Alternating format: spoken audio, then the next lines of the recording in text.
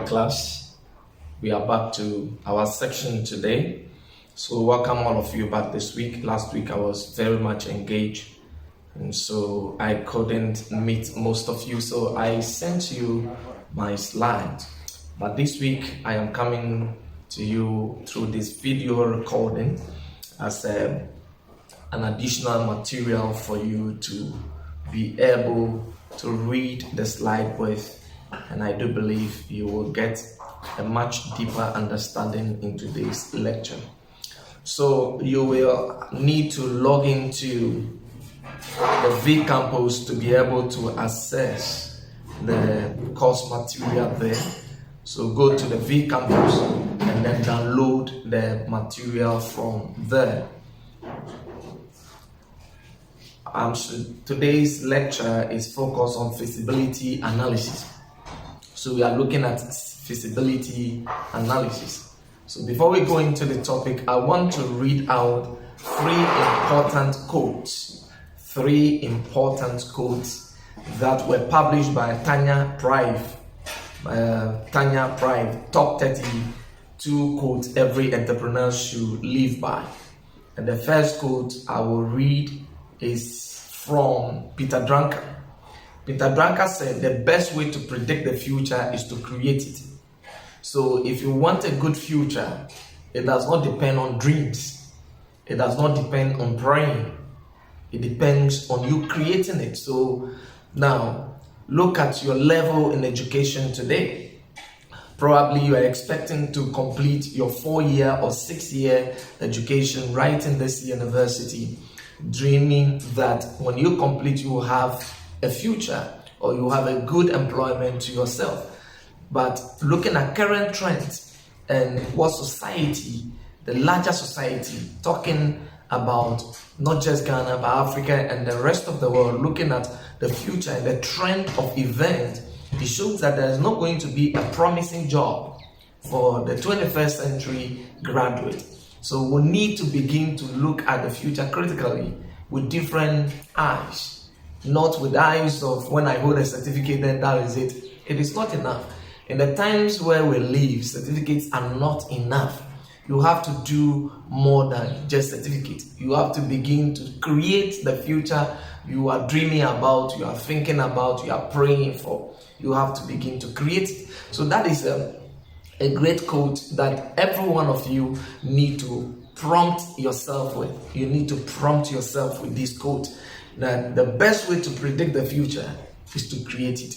And you can't create it through any other means. Create it by possessing the entrepreneurial mind. Be entrepreneurial inclined. And then you know that it is easy to go. The second quote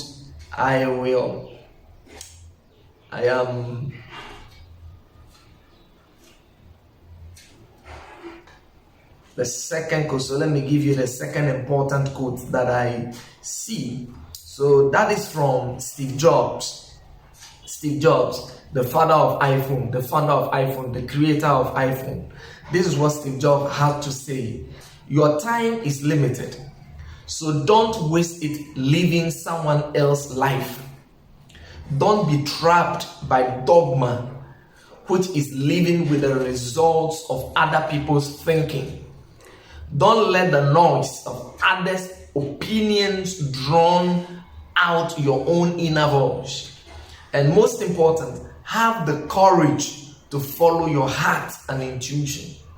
They somehow already know what you truly want to become. Everything else is secondary. So again, you see, the focus is about you. The focus is not about someone else. Like many of you young ladies today who want to copy to live your lives like other people, want to dress like, appear like, you want to speak like, you have so-called popular guys in mind, and then you want to dress to fit into their shoes. That is not what the future holds for. The future is being real with yourself. Be realistic. Get to know where you're coming from and where you want to go. And so where you want to go, no one can lead you there except yourself. And so you have to be prepared for that life by starting to create the future that you want. So you see, Steve Jobs is emphasizing what Peter Drucker have said in a new way. right? That your time is limited, so you don't waste it living someone else's life. Not what someone is dreaming about that should become your reality. Your own reality needs to be created. And then the third quote that I will read out to us is what Richard Branson had to say. So let's listen to what Richard Branson said. My biggest motivation just to keep challenging myself. My biggest motivation just to keep challenging myself. I see life almost like one long university education that I never had. Every day I am learning something new. I think this is what should begin to ginger us as Ghanaians, as Africans, to begin to think outside the box. Begin to think outside the box. Stop limiting yourselves to classroom notes, classroom lectures, and to slides. Go beyond that. These are real entrepreneurs. We know their records. We know what Steve Jobs has done. We know what Richard Branson has done. We know what he's doing. You understand?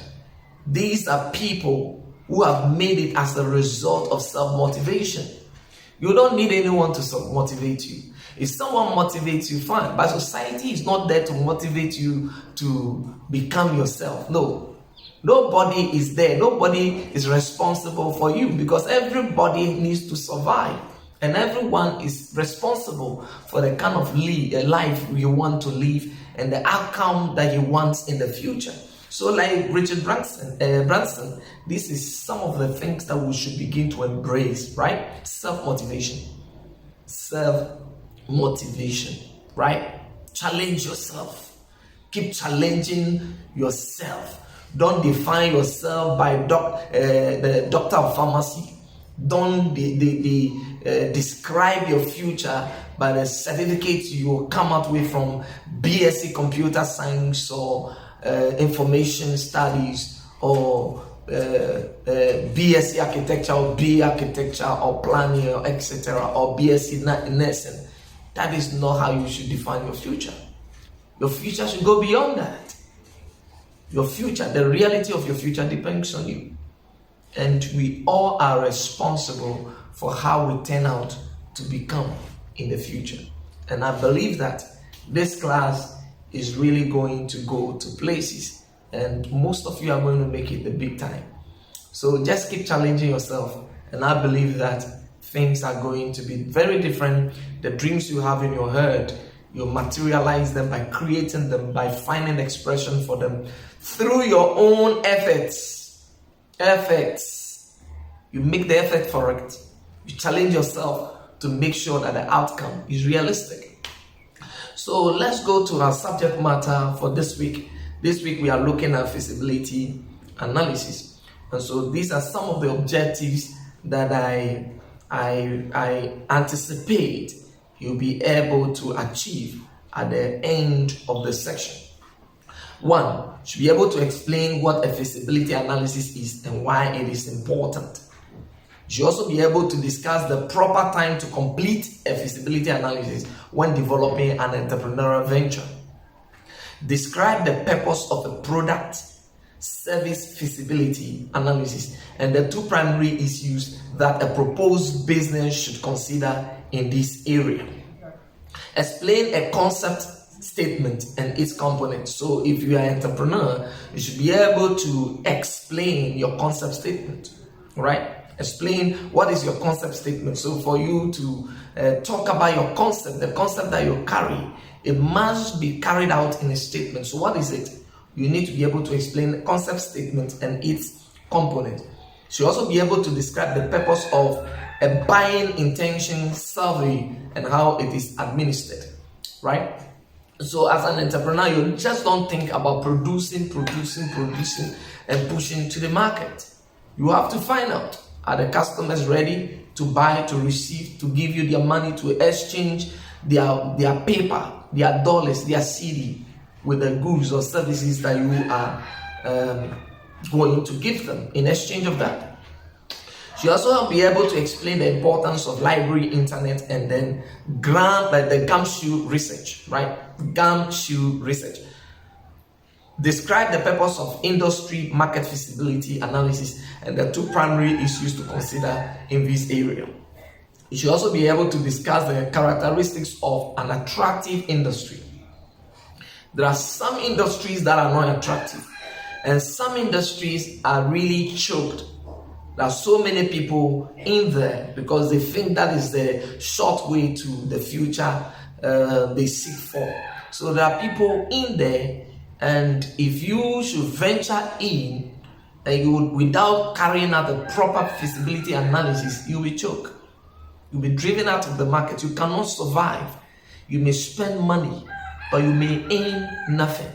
So this is why it is very important for you to be able to carry out what we call a feasibility analysis to test the characteristics of how a particular market within a particular geographical location, whether it is a new product you are developing, whatever, is it going to be attractive? Are the people there, the customers, will they attract their attention? So we'll look at that. So you'll also be able to describe the purpose of organizational feasibility analysis and list the two primary issues to consider in this area. She'll also be able to explain the importance of financial feasibility analysis and list the most critical issues to consider in this area. So we want to look at what feasibility analysis is. When we talk about feasibility analysis, then we are talking about the process of determining whether a business idea is viable, right? The process of determining whether a business idea is viable. The business idea you have, is it viable? Can it work? For instance, you have a project that you are undertaking, and as a group, you are coming out, fermenting ideas and trying to prompt yourself to think outside the box, to look into society and foresee the challenges that are around you. Now, you've been able to come out with an idea, probably. That is what I'm assuming. Probably you have been able to come out with an idea. You should be able to look at idea. Is it viable? Will it work? Will it stand? Will it be acceptable? Can we really push it into the market to become something that will satisfy the needs of the people, of the market? So that is what we talk about feasibility analysis, right? The process of determining whether a business idea is viable. And we are going to look at some of these processes involved. Feasibility analysis is also the preliminary evaluation of a business idea, right? The initial evaluation. So you generate or you come out with a business idea, you need to evaluate it, right? So the initial evaluation of a business idea that you conduct for the purpose of determining whether the idea is worth pursuing. So if you come out with an idea, you don't test it, and you pursue it, you end up that you may waste effort, you may waste money, you may waste so many resources, you may even waste human resources in trying to pursue something that will not work. Or even if it will work, it may not be suitable for the particular market or segment, the market segment that you are targeting or you are looking at. So you have to test the idea. So when you talk about feasibility analysis, that is what we mean, right? Trying to find out, trying to test initially from the beginning, this idea is going to work. So let's get to know, when is it okay? When is it good to conduct a feasibility analysis? So if you are talking about the time, you are talking about when, then you are talking about timing, right? The timing of feasibility analysis. The proper time to conduct a feasibility analysis is early in thinking through the prospect for a new business. That is right from the beginning. When to conduct a feasibility analysis? From the beginning, right from the start, right from the word go, right from when you sat down to come up with an idea, right from when you had an intuition that no, this is something that is bothering society, or that is bothering me, or my community, or that is bothering my family, or that is bothering a segment of people that I know. So you sit down and analyze it. Is it going to work? And this should not be done at the end when you are putting money, before you begin to sit down to analyze whether the idea will work. If the idea will work, right from the beginning, you should know. If it will not work, you should also know right from the beginning. So you start, the timing is right from the beginning, right?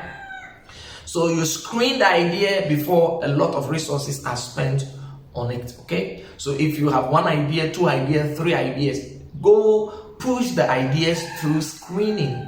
Screen them. Subject the ideas to scrutiny, to critical evaluation.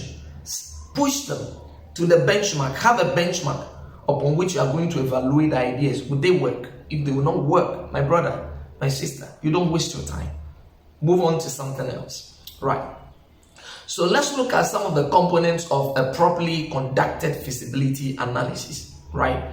We are going to look at some of the components of a properly conducted feasibility analysis, and these are classified into 4. Right. So you first of all, right from the beginning, as I said, you need to spend time on the idea, to screen the idea.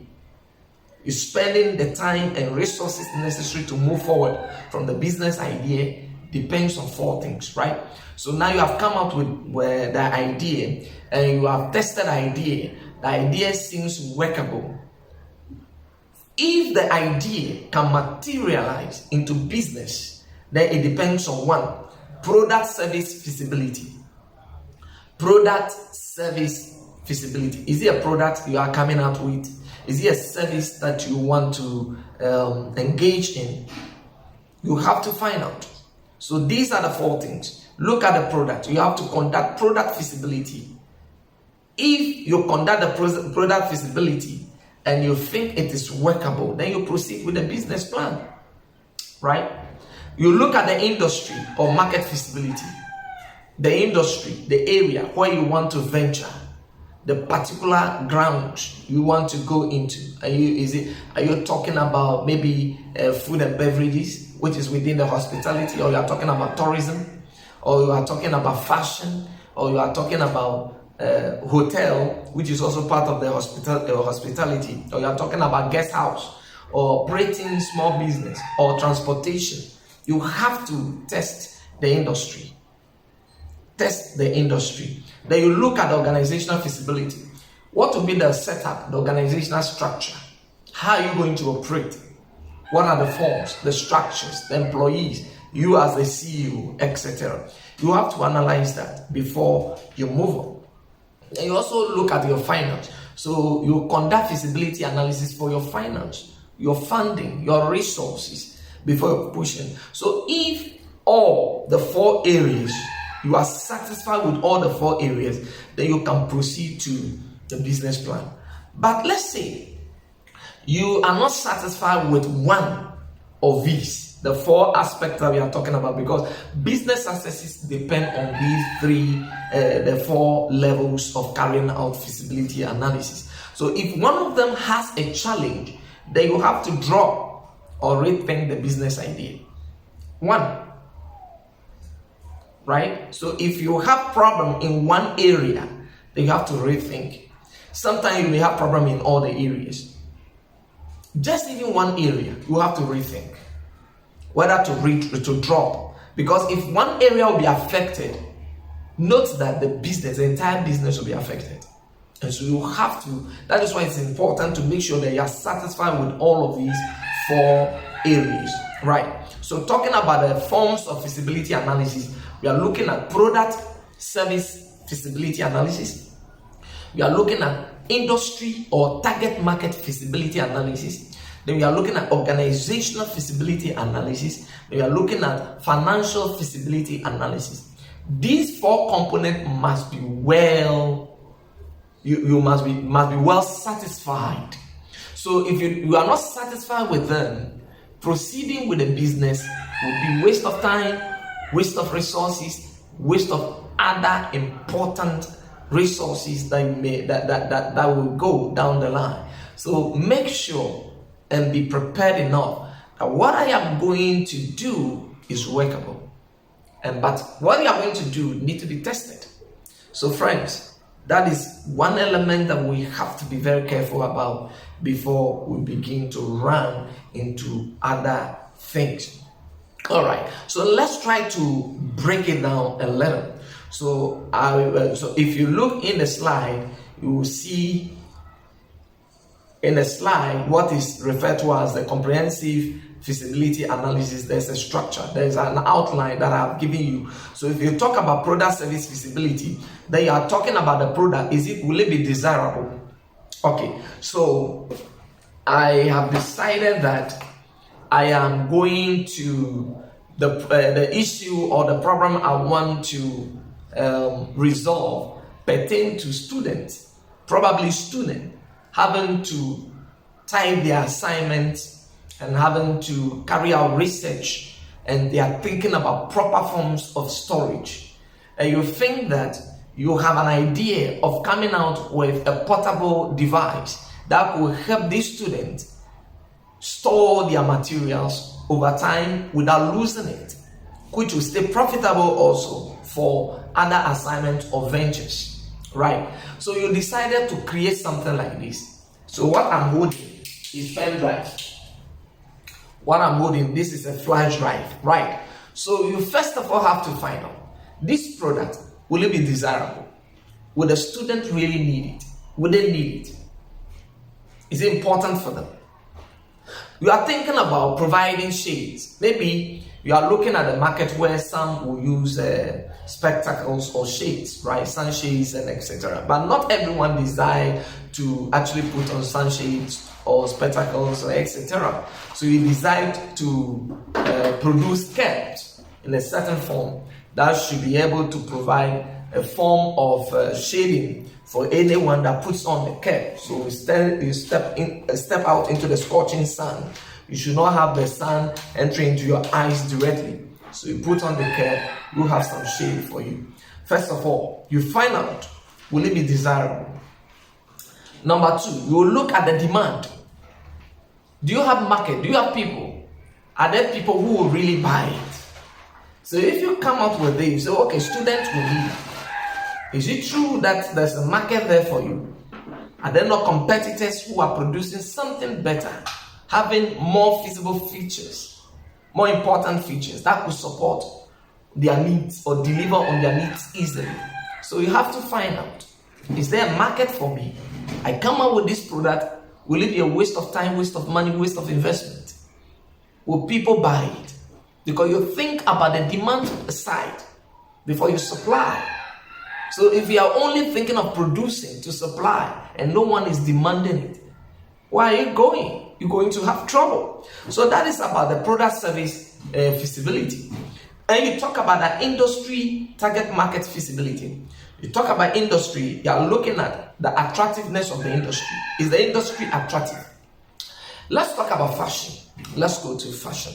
You know, we are living in the contemporary times where especially people want to dress and look good or appear in a certain fashion. But you see, every the station of people, right? The class that they belong to, or the demographic they belong to, goes with a particular kind of fashion. If you are talking about the boomers, right? You're talking about the boomers, your parents and etc. Right? They think about dressing in a certain fashionable manner. You put on suit, put on dress and etc. And then you look good in your workplace. Then the generation Y comes in. Then the Gen Z. For the Gen Z, they don't pay particular attention to what they wear. But it does not mean that they don't think about fashion. They think about fashion. But to them, fashion is anything that make the word up when they put on that make them look good. Whether they take this cap and then fold it, or have their dress folded in a particular fashion, or have it torn or teared in certain parts. There's certain parts of the dress torn and it will look good in it. They will go for it. So you have to look at the particular generation that you are going to produce the particular service, or you are going to produce the particular product for, and see that in the fashion industry, if you are concentrating on the boomers, or you are concentrating on the Gen Y, Generation Y, or you are concentrating on the Generation Z, you have to find out, if I focus on this particular place, will the market be attractive? Will it be attractive? Before you think what kind of fashion will be needed by this particular generation. Think through before you keep pushing and pushing and pushing, because without it, you'll be wasting your time and you'll be wasting resources. You also have to talk about the attractiveness of the market. First of all, is the industry attractive? Think about technological services, or think about fashion, think about transportation. Think about transportation, you're thinking about aviation, you're thinking about sea travel, you're thinking about road travel, you're thinking about all forms of travels, right? Which of them are you looking at? Which of them is attractive enough? Now you come to, let's come to information technology, or information platform, or information sharing. Now people are going to mobile app development. So mobile app development, who can use it? Anybody can use it. Whether boomers, whether Gen Z, whether Gen Y, etc. Look at it. Is that particular industry attractive? If it is attractive and you are satisfied, and hey, there's a demand there, the market is good, then you look at the market. Which are so when you are looking at the market, I've even spoken about it. The people going to buy, are you talking about adults? Are you talking about children? Are you talking about a particular group of people, class of people? Are you talking about a certain group of people belonging to a particular level of education? That is your market. So you look at the market. Is it attractive? Will it attract the attention? If you are talking about students, we have different levels of students. We have primary, we have junior high, we have senior high, and then we have the university. And even the university, we have grades, right? We have undergrads, we have postgrads, and even the postgrads, we still have grades. So that is it. You look at the market. Is it attractive? The market you want to focus on and produce for. Is it an attractive market? Would they be willing to buy it from you? Then let's talk about the organizational feasibility. If you talk about the organizational feasibility, they are talking about the management prowess. The management prowess. How is going to be your system of operation? Then you talk about resource sufficiency. Do you have the human resource? Do you have the people to work with? If you are talking about resource, the first thing to think about is the labor, right? The human resource. Before you start thinking about land, start thinking about money, start thinking about other issues or elements to be included. So, is it sufficient? Can you get what you need? If you are going to produce a particular product, will you get the raw material in that particular geographical location, or you will have to travel? Will you need intermediaries to lead you there? Think about it, right? Think about it. Then we come to the financial feasibility analysis. So when it comes to financial feasibility, then you are talking about the total startup cash needed. So to start a business, how much do I need? Please, you need to do the calculation yourself. You don't need to depend on anyone to say that, hey, I want to start this business. How much are you going to give me so that I can push it in, and when I make profit, we share? It doesn't work that way. First of all, you have to know how much money do you need to start the business. How much will it take you? So do not just say that I have a plan and there's nobody to help me. Who will help you when you don't even know how much you even spend in doing a particular thing? So it is very important to begin to analyze some of these critical areas before you begin to delve yourself and your resources or whatever little dependence you have into what you call an entrepreneurial idea. How much will it cost you to start? How much will it cost you within the first 3 months? How much will it cost you to remain sustainable for 6 months? And when you are talking about how much will it cost you, then you are also talking about those you'll be paying, sort of production, the equipment, and etc. you'll be needing, right? You have to quantify for the cost of all of that and add it to the startup. So when you are talking about startup, we are not talking about you starting in one day and then expecting that the second day you are earning profit. You think about your first 3 to 6 months. First 3 to 6 months, you need to reflect on it critically. You have to sit down, position your mind, analyze, and find out, is it sustainable enough? My money, the startup money, is it okay? Then you are also talking about financial performance of similar businesses. So you can look at similar businesses and see their financial performance. How much did it cost them to go into it? That is why as an entrepreneur, you don't sit down on your oasis expecting things to work for you. You have to be an investigative individual. You need to be intuitive. But you're not intuitive alone is not enough, because that will not bring you money. You have to seek to know, find out. That is why you have to be out there. You have to be asking questions. And questions you ask to be appropriate to what you want to do. You are also talking about the overall financial attractiveness of the proposed venture, the overall assessment. So the overall, right, financial attractiveness of the proposed venture. So if you look at the business, the overall, will it earn you a good market? So we think about these issues before we move further and further and further into the business. It is very important for us that we get to know before we move on. All right. So I would like to also share a lot more on each of these four components as we take it up from there.